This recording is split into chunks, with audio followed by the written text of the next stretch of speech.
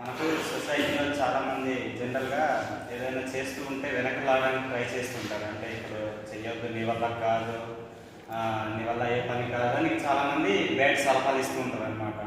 అలాంటి వాటికి పట్టించుకోకుండా మనం ఏదైతే నమ్మకంగా మనం అనుకుంటున్నామో అది చేయడానికి ముందుకు కొనసాగాలి.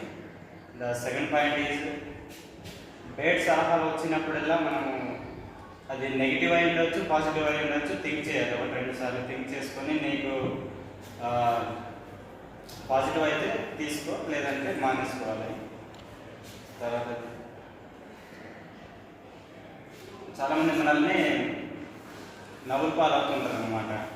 అంటే కామెంట్ చేసి ఇలాంటివి చేసి మనల్ని చీట్ చేసేయడం కానీ నీ వల్ల అవ్వదని చెప్తుంటారు. వాటికి మనం పట్టించుకోకుండా ముందు కొనసాగిపోవాలి. తర్వాత ఎవరు మనల్ని ఎన్ని రకాలుగా అన్నా మనం పట్టించుకోకుండా ముందుకు కొనసాగాలి. సమాజం మనల్ని ఎక్కువగా చిన్న చూపుతో చూస్తుంటారు, దానిని మనం పట్టించుకోకుండా ముందుకు వెళ్ళాలి. మనల్ని నమ్మిన వాళ్ళని నమ్మక ద్రోహం చేయకపోతే సార్.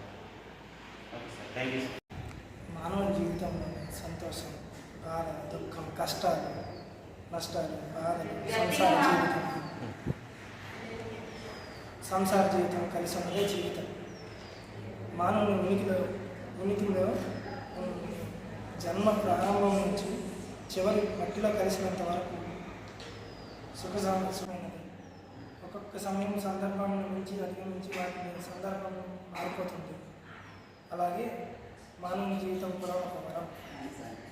పైన జరిగిన చిత్రంలో మానవుని పూర్వ జీవిత చక్రం ఈ చిత్రం తెలుపుతుంది. Thank you sir.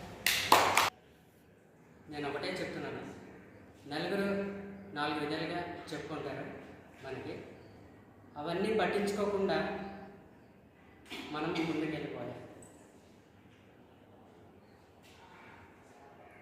అలాగే మనం చేస్తున్న అదే వాళ్ళు ఎన్ని మాటలన్నా మనం ఓర్చుకొని సైలెంట్గా ఉండాలి.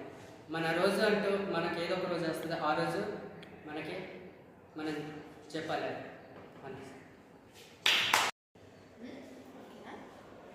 Emoji shows different emotions of a person. అలాగే ఒక హ్యూమన్ లైఫ్ అనేది కూడా డిఫరెంట్ ఎమోషన్స్తో మిక్స్ అయి ఉంటుంది.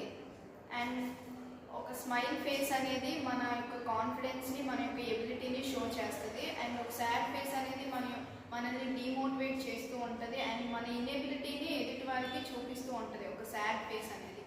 And life is so beautiful when we balance all emotions equally. అన్ని ఎమోషన్స్ని మనం ఈక్వల్గా బ్యాలెన్స్ చేస్తూ ఉంటే మన లైఫ్ అనేది కూడా బ్యూటిఫుల్గా ఉంటుంది. అండ్ నెక్స్ట్ నాకు తెలిసిన in my opinion physical strength కన్నా మెంటల్ స్ట్రెంగ్త్ అనేది అందరికీ ఇంపార్టెంట్ అనేది